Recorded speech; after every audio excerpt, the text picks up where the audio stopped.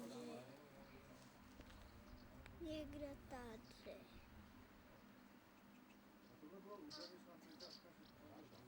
Klidně dozadu a ty maminky s těma kočárkama, jestli to vidíš. Přesně tak, jo.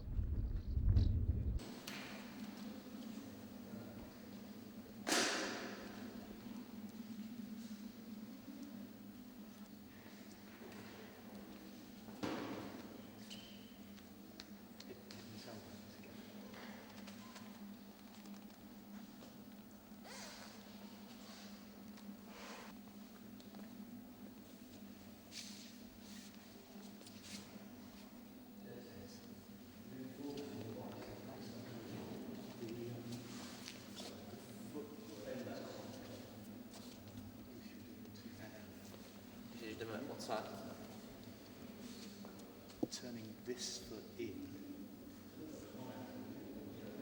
gives me power. Vydává sílu pro tenhle úder. And also gives me the correct position. A zároveň mi to umožňuje udělat správně ten úkrok těch 45 stupňů.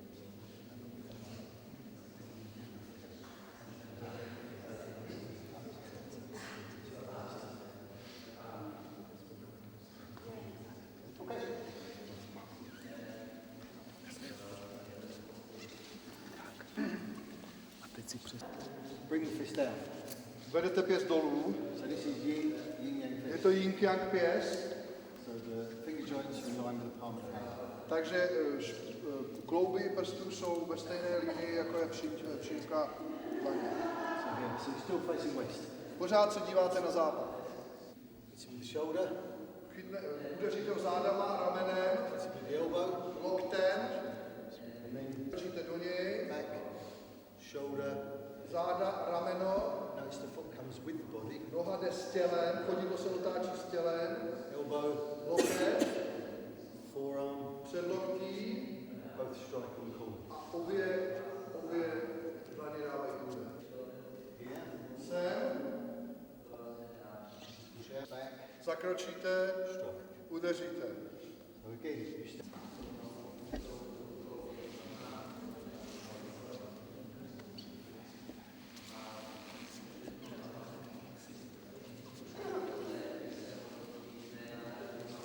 Put it in the context of the way you're facing. Když to dáme do kontextu směru, kam se díváte, Facing west, tak se díváte na západ, turn, otočíte se, strike to northeast. udeříte na severozápad, Turn, severovýchod. push out to northwest, Zatlačíte na severozápad, step back and strike zakročíte a udeříte to southeast. na jihovýchod. Hi Steve, 21 years of coming to Czech and 21 years of jizerka. Welcome. Thank you. Would you like to tell us something about your health? Because we all know that you have got some troubles.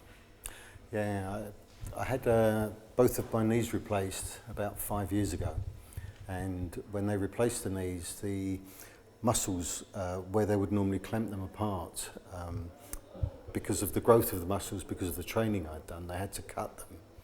And what happened was after surgery, I fell over, and the muscles came away. They severed away from the knee, and I didn't realise for 5 years I'd been training with only one muscle attached. So luckily I went to a vascular surgeon because I had some swelling in the leg, and he said, you better see a knee surgeon. When I went to the knee surgeon, he said, you've only got one muscle attached in each leg. So he couldn't do anything about it, but he was going to a meeting with all the top surgeons, and one of the guys there said, I'll have a go.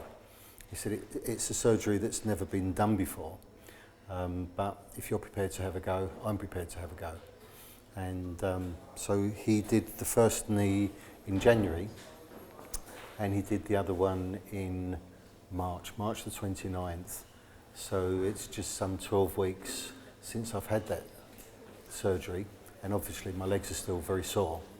But we don't know how well they can get, but they are improving. So fingers crossed. Well, how did this health state influenced your training and your It's- approach to martial arts? It's influenced a lot because I've had to teach myself how to walk again.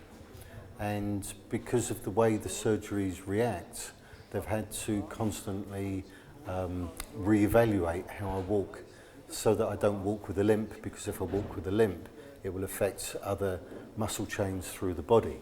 So I've had to spend a lot of time doing corrective posture and walking. And obviously that's helped my Tai Chi a lot. So this is a perfect example how martial art can improve you, whatever health state you are in. Well, certainly. I mean, I was supposed to have had each leg in a brace for 9 weeks, but to be honest, I took the brace off after 4 because my leg was stable enough. What is your goal for this year training camp, which is nearly finished? And did you achieve the goal you set before? Yeah, we've had an exceptionally good week this week because I'd also spent a lot of time on working how to coach and teach. We've taken a lot of modern scientific information on brain mapping, neural research, coaching methods, a lot of work on the myofascial meridians and chains through the body. So we've got much more of a scientific explanation for what was quite vague and nebulous in instruction previous to that. So I've put that into the teaching, and also to make sure that the instructors are teaching in the correct layers. So we now start by teaching people why it's important to use the mind the right way, how to have an aware, focused and sensitive mind, and then working on the proprioception, the neurological feedback, so that the students, when they're taught, are being taught which way to face, how to have an internal compass other than taking the surroundings for a direction, and how to make sure that the knees, the hips, the shoulders and so on are all facing the right way, so they can build an image in their brain of exactly where their body is in space, which way it's facing, and to make sure it feels right and comfortable when it's in the correct place. I've noticed during the week that you, although you turn to science, you still refer to Tai Chi classics. How That's this right. goes together? Because I think the Tai Chi classics had it absolutely right. The only thing was that most people would read the classics and they were very difficult to understand, particularly if you're a Western person. So what I've been doing in effect is to translate, not from language to language, but to translate the explanations that were given into the latest cutting scientific research. Well, a traditional question, what is your opinion about the Czech students and their progress, their approach?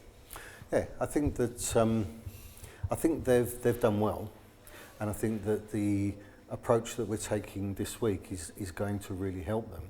And what I'm hoping is when I come back in December and next year, that the standard will have got a lot higher. I've also noticed that most of the Englishmen coming here are here for third, fifth or even seventh time.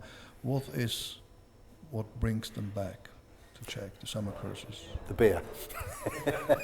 No, I think the Jizerka is a lovely place. And I'd go as far as to say, you know, it's one of the most beautiful places that I've ever been in. I think even the air here is very special. You know, it's very fresh, it's very moist, and it's an excellent place to go and train, to sit, think, to go out for walks. I think the camaraderie of the group being together in a very special place like this is very special for them. Well, let's finish with another traditional question. What are plans for future in England and in Czech? I think really to keep carrying on the best I can. I'm hoping now that my health will improve, and as my health improves, it enables me to get out a lot more. One of the things the social media has brought is the fact that a lot more people can get in touch with me now. So a lot more people are asking me to do seminars, a lot more people are reading the stuff that I've written, and because I've written for the martial arts magazines for 35 years, all those things that I'd written would have just been fish and chip wrappers and gone. Now they're put onto the website, people go and read them, and then they come to me, they ask questions. So a lot of the things that we're teaching are getting out there now a lot better. So I'm hoping for next year now that the information that we've got, the teachings that we're giving, are going out a lot further. One thing we love about martial arts is you validate it by doing it. Jedna věc, kterou víme o bojových uměních, je, že je hodnotíte tím, že je děláte. Jste schopni ohodnotit, jak to dělá člověk. If you want to know how good somebody is, you just get on the end of their hands. Když chcete vědět, jak ten člověk je dobrý, tak se postavte na konec jejich rukou. That's what I love about it. A to je to, co já na tom miluju, to, co mám na tom rád.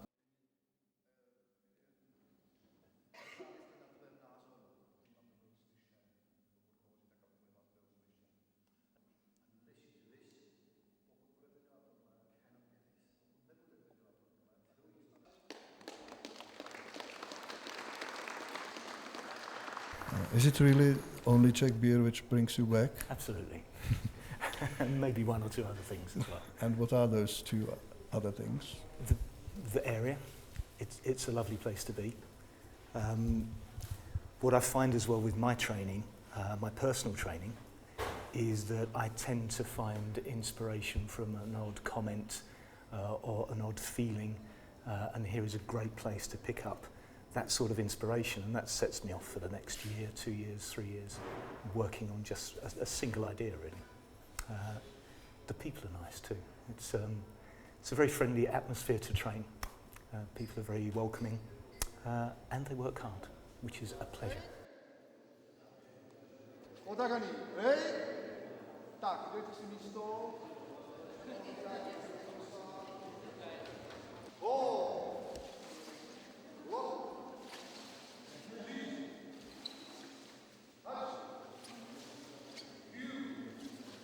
Do you see any difference between Czech students and English students in England and in Czech?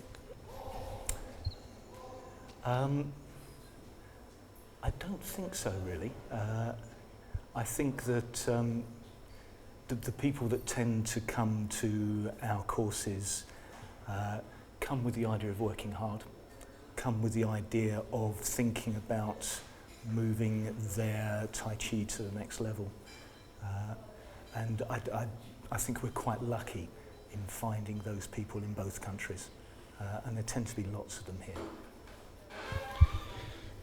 You are, as far as I know, very, very long time with Steve, even before his daughter was born. Yes. Can you tell us, he's not here, can you tell us something about him and his way of teaching and coaching and his approach to his students? Yes, it's been 37, 38 years now, I think, when I first started training with Steve. Very different times in those days. I think true of everywhere, all martial arts training that period, that time ago, it was very tough. There was a lot of emphasis on fighting. It was more fighting than skill in those days. And we would spend hours with or without gloves. Just basically hitting each other. And excuse me, Steve has moved substantially from that. The toughness is still there, the power is still there, but there is a massive emphasis on skill and how skill can give you that power. There's a massive emphasis on looking at individual students to find ways to help them learn efficiently, quickly, to bring them through in a shorter time than it took us.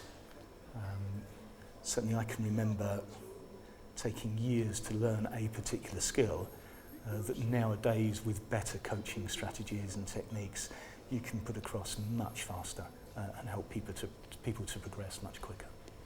What's your personal goal for next future in your martial arts? To still be here, I think, is the main one. I enjoy my training. I can't not train. So I think the answer you would get to that question from most martial artists is just to be able to continue, to hope to get better. I think that's all we can do, really. Thank you very much. Thank you.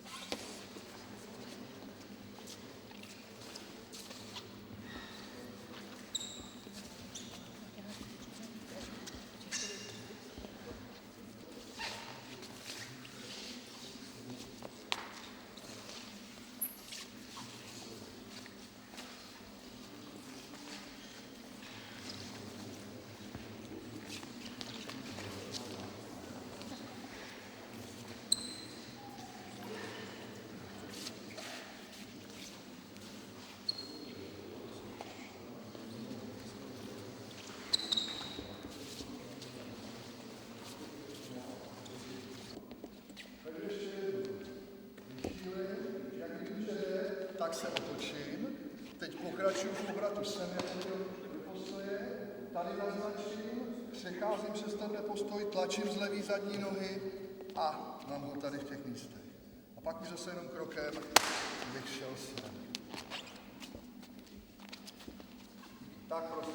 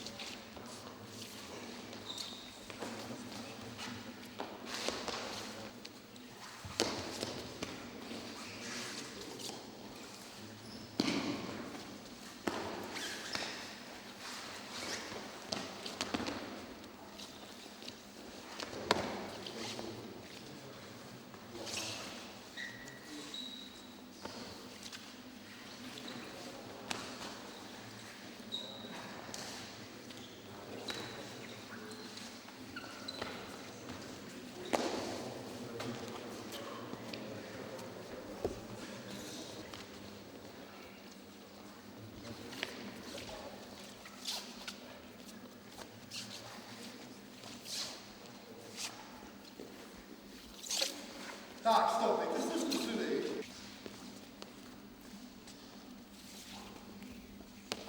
I know that you have been Uchideshi for Gogen Yamaguchi Shihan for quite a few years. Can you please, or could you please tell us something more about Gogen Yamaguchi and his way of life and his approach to the martial arts and yoga? Yes, Gogen Yamaguchi Gogen, was considered to be a national living treasure in Japan. He attained the rank of 10th dan. Apart from being a master of karate, he was also a master of yoga and also a Shinto priest. He's world famous for his austere training, getting close to nature. We used to be taken up into the mountainside to train, sometimes in winter, training underneath waterfalls, in snow, in beautiful surroundings, and the training was very, very hard indeed. I think his legacy is well known within the world of karate-do, and he emphasized the way of budo, as in aikido and judo, iaido, and all the old Japanese martial arts. Could you please describe a training day with Gogen Yamaguchi? Training day normally would start about 4:30 when we get up. There'd be meditation going on. We do maybe 2 hours Kihon, just basic trainings to begin with, then break for lunch. There was a lot of times which was a lot of Kihon was about basic techniques, which were done to a very, very high number of repetitions and also great emphasis upon technique. So we'd be doing thousands of punches, thousands of kicks, turns, partner work, etc. And kata was very important as well, basic form. Spent a lot of time and emphasis on the kata, understanding the directions of the kata, understanding the inner secrets of the kata, what it was applied for, and how you can apply it, and also how dangerous it could be. So there's always a built-in safety factor through the reasons of etiquette, rishiki, etiquette and manners and everything like that, so that was useful. And also there's a period of meditation where you're thinking about what you're doing before you actually do it. And with meditation becomes awareness, and having that awareness I think is very important. And so from a sitting position, which is like kneeling or Cesar, to a standing position where we practice forms, to actually walking. So the sit, stand and walk is a very good way in which to learn your techniques. And Steve's been going over these kind of things throughout the week, which is just fantastic. So I think that's very good. How much being Uchideshi for Yamaguchi Gogen influenced your personal life? Was there a big difference before going to Japan and after your return to England? Yes, I think there was a massive difference. I mean, I was born in Manchester, which is in the north of England, the cultural centre of the UK, and I think I used to do boxing from an early age, did a lot of sports and activities, but when I spent time with Yamaguchi Gogen out in Japan, it was something else quite different. It was something really quite special and quite magical, in the sense that there was not only the physical understanding of martial arts, but also moralistic, also the spiritual side of it as well, with meditation, etc., etc. And so I think I was exceptionally fortunate to be able to have trained with him and other masters such as Akamine Sensei for the kobudo or the weaponry. So it was really, yeah. Thank you. You know Steve for ages. Can you tell us something a little about Steve? Steve, I think, is like, somebody was asking me the other day about who do I consider to be the really great martial artist, not only as a martial artist, but also as a teacher. And I said, Steve Rowe. And then they asked me again, and I said, Steve Rowe. And so I think that says quite a lot. Innovative, tremendous knowledge base. His way of teaching and bringing people together, I think, is exemplary. It really is. His students are a credit to him. The people who train under him are a credit to him. I just think he's a just fantastic martial artist, and he's a very great personal friend as well. I'm lucky enough to consider him to be a personal friend as well. But he has a depth of knowledge and a depth of ability which is exceptionally rare, And it shows off with the people here who are seeing jizerka. I mean, the Tai Chi people here in jizerka are very, very good. The Aikido people are just, I think, exceptional. Some of the best Aikido I've ever seen. And that's in Japan as well as throughout the world. So I think it's good. Thank you very much. What is bringing you back to Czech again and again? Sorry? What is bringing you back to Czech again and again? Oh, well, Steve kindly invited me to come over, so that's always great. I love seeing the people here. I think train very hard. I like the Czech Republic. I like this area particularly. The people are exceptionally friendly, exceptionally knowledgeable as well. I think the actual area itself is actually beautiful. I think it's one of the best places in the world that I've ever seen. For training, it's tremendous. You have the mountains. Everybody talks about the air and the moistness and everything like that. I think that is brilliant, and it's just an absolutely fantastic place. So I feel very lucky and very privileged to come back again. So thank you. You very much. You're more than welcome. Thank you.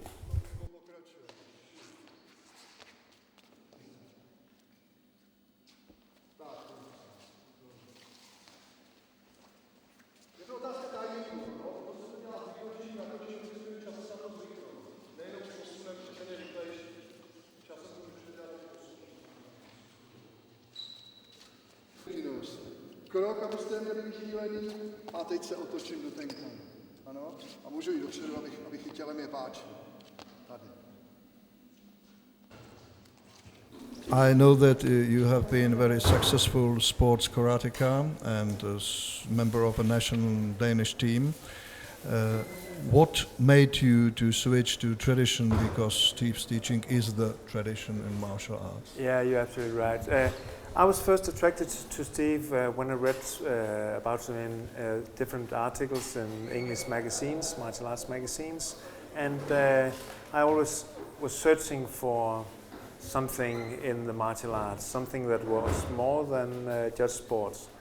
I enjoyed sports tremendously, but I think that to progress in martial arts, you have certain ages, like it's for sports is for young men. And when you get more mature, you get older, you need something with a different approach. And Steve actually had that when I first got in contact with him. So, and through him I also got to know you. I was first introduced to Shikon and Steve and you visiting Czech 13 years ago. I remember that time. Yeah. I know that you are very much in the tradition. You have your own dojo.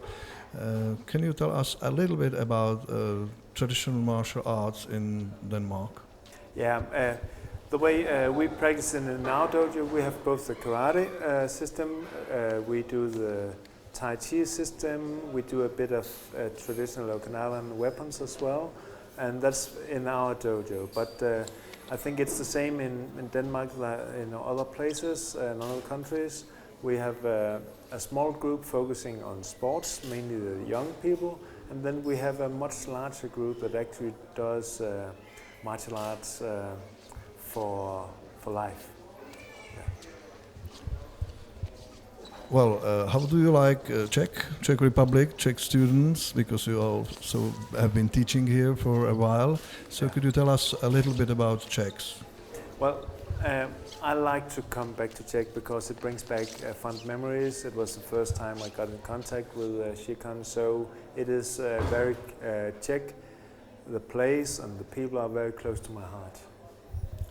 Thank you very much. What are your personal achievements and goals you achieved in martial arts or through martial arts, and what are goals for future?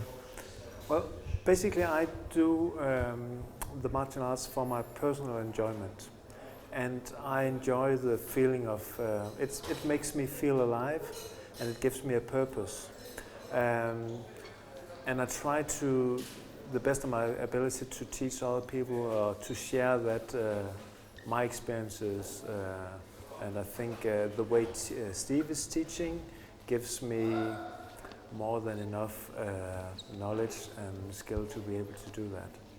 So keep the tradition alive and try to pass it on.